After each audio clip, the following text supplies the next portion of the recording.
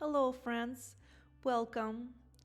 I have here 40 macarons that I need to fill and assemble, and I'm gonna show you how I'm doing that. I'm gonna be using ganache and strawberry confit. I have ganache in a pastry bag and I'm using Wilton 1A piping tip. Strawberry confit I also have in a pastry bag. I'm not using any piping tips right here. I just cut a little tip in a pastry bag and it's ready for filling.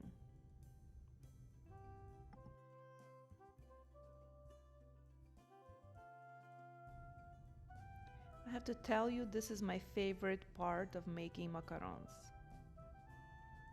You sandwich two macaron shells with the filling and you press lightly. You have to make sure there is no ganache coming out from the sides of the macaron shells.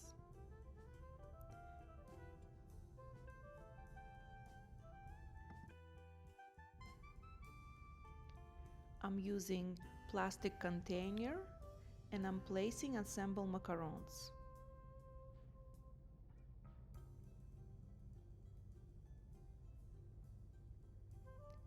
Then I'm continue filling the rest of the macaron shells.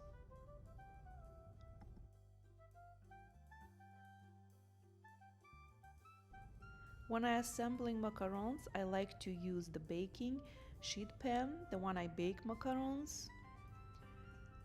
This way I don't have any crumbs left on the table and it's easy to move if I want to take picture. But you can also use cooling rack or just assemble on a table.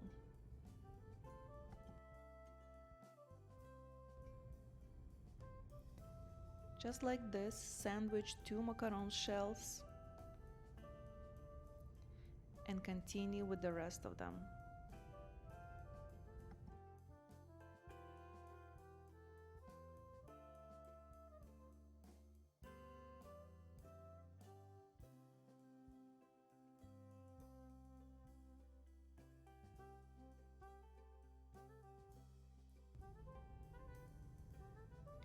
Add more sample macarons in a container.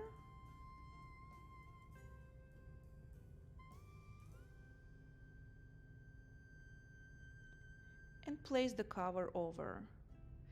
Make sure it's all sealed and refrigerate from 12 to 24 hours. And I'm using second container because I have 40 macarons. I usually don't like to place too many macarons, like 2 layers in one container, because I don't want to smoosh macarons and I don't want any ganache coming out of the sides. But if you putting just a little bit of the filling, I think 2 layers of the macarons will be fine. Just place maybe like a paper towel or parchment paper between those 2 layers and refrigerate.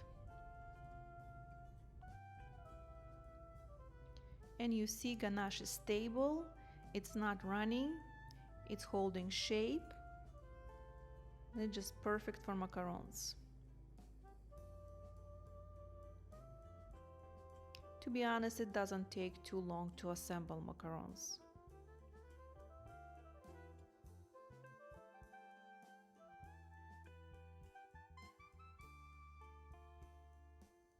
Placing the rest of the macarons in a plastic container, using cover, and I'm gonna refrigerate.